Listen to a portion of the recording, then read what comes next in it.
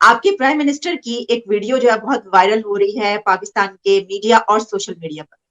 और उस वीडियो में वो ये कहते हुए दिखाई दे रहे हैं कि जिसमें उन्होंने कहा है, मैं एग्जैक्टली उनके वर्ड्स आपको बता देती हूँ। उन्होंने कहा, हमने पाकिस्तान की सारी हेकड़ी निकाल दी है और इसे कटोरा लेकर दुनिया भर में घूमने पर मजबूर कर दिया है। तो बल्कि आप जरा रुकिए, मैं एक चंद सेकंड की है, मैं इसको प्ले भी कर देती हूँ। हमने पाकिस्तान की सारी हेकड़ी निकाल दी,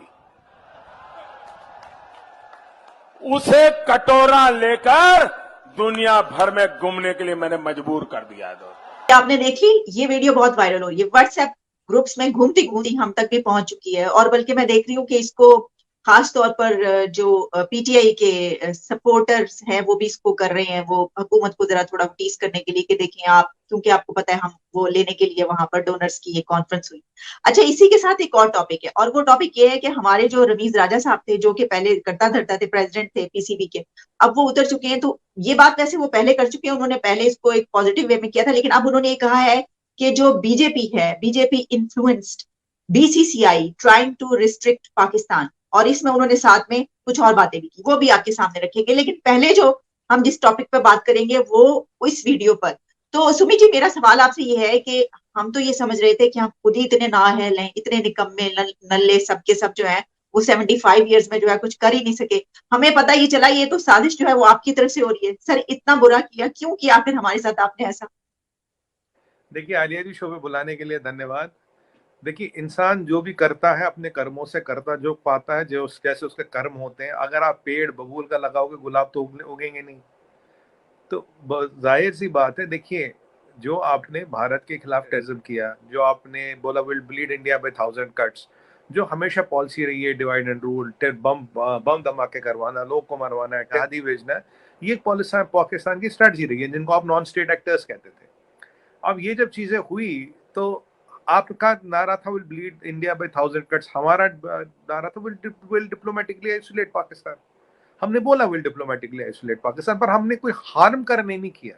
we are not trying to harm Pakistan, but हाँ, डिप्लोमेटिक आइसोलेशन में आप बहुत ज्यादा आइसोलेट हो गए, क्योंकि आपकी फॉरेन पॉलिसीज कॉम्प्रोमाइज्ड, आपकी फॉरेन पॉलिसीज कॉम्प्रोमाइज, आपकी इकोनॉमिक पॉलिसीज कॉम्प्रोमाइज, आपका इकोनॉमिक विजन नहीं है, आपका कोई ब्लूप्रिंट नहीं है। आपके 5 साल का ऑब्जेक्टिव क्या, अगर मैं आपसे पूछा जवाब नहीं दे पाएंगे।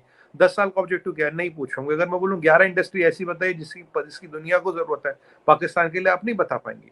Why does world need Pakistan, आप नहीं बता पाएंगे। Pakistan, how much is Pakistan contributing to the world economy and how is it relevant, you will not tell। आप ये जो जबरदस्ती उम्मा के लीडर बनते हैं, भाई हम उम्मा के लीडर है, हमारा सारा, हम इस्लामिक वर्ल्ड के डिफॉल्ट लीडर है।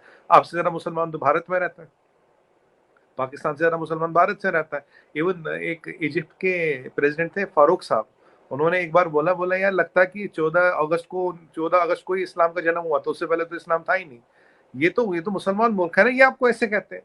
तो जब ये चीजें हो रही है और आप ये आतंकवाद को एक स्टेट पॉलिसी बना के चला रहे हो, इससे आप दुनिया को कंट्रोल करोगे, तो हमें क्या करना, हमें आपके यहाँ आके आपको नुकसान नहीं करना, but in our national interest will try to diplomatically isolate Pakistan. Isolate कैसे करेंगे, लोगों को बता के क्या हो रहा क्या नहीं हो रहा, वो चीज करने में हम सफल हो गए। I take credit for this, हाँ हम सफल हो गए।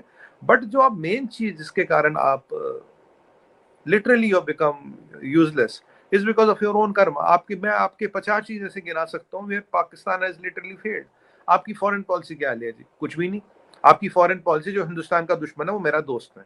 जब दुश्मन कभी अगर अमेरिका हो तो अमेरिका दोस्त है, चाइना दोस्त है, और कल को आप बोल मैं कि कल को अगर ईरान दुश्मन हो जाए, बोले ईरान मेरा दोस्त है। दूसरी फॉरेन पॉलिसी है जी आपकी, मैं हिंदू हेट्रेड, गजवा हिंद, कातिल, काफिर, गाजी, गजनवी, ये 4-5 चीजों पे ये घूमता है। ये तीसरा पिलर है।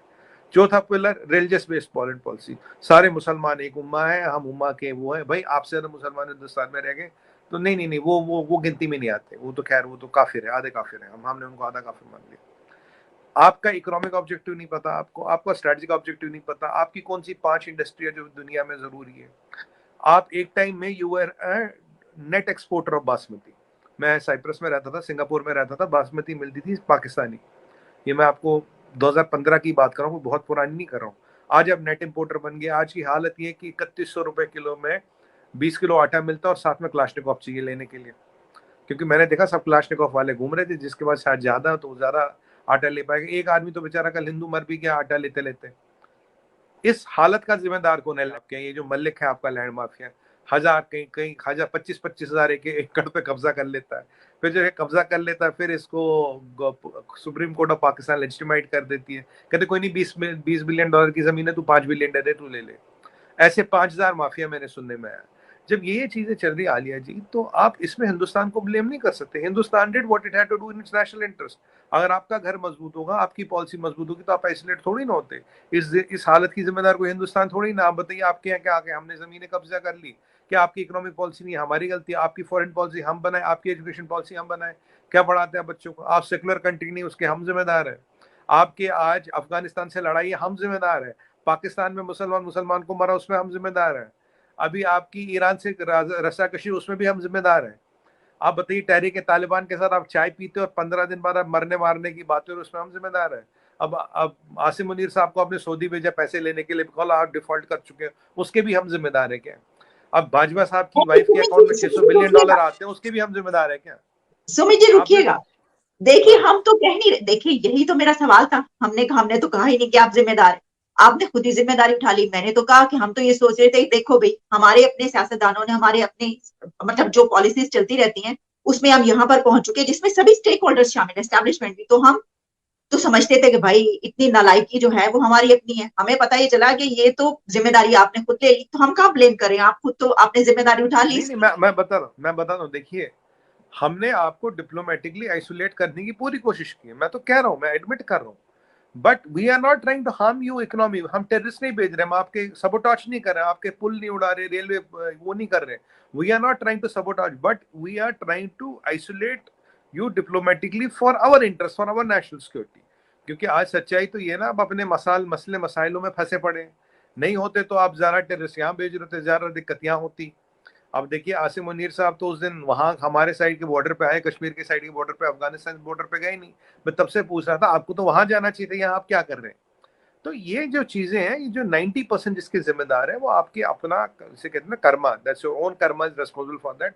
हाँ, 10% हमारा डिप्लोमेटिक आइसोलेशन वगैरह काम कर गया, but 90% whatever is happening to Pakistan, whatever is happening to people of Pakistan, the establishment of Pakistan and the government of Pakistan is responsible. क्योंकि देखिए, एस्टेब्लिशमेंट जब प्राइम मिनिस्टर बनाता है, प्राइम मिनिस्टर फेल होता तो आप तो उसको फांसी पे चढ़ा देते हो कि भाई तू फेल हो गया। बट जो बनाने गिराने वाला एस्टेब्लिशमेंट, उसकी कोई जिम्मेदारी नहीं। जब नंबर अच्छा है तो सबने काम किया, हमने काम किया, और जब नंबर खराब आए तो भाई ये फेल हुआ, मैं पास हूँ।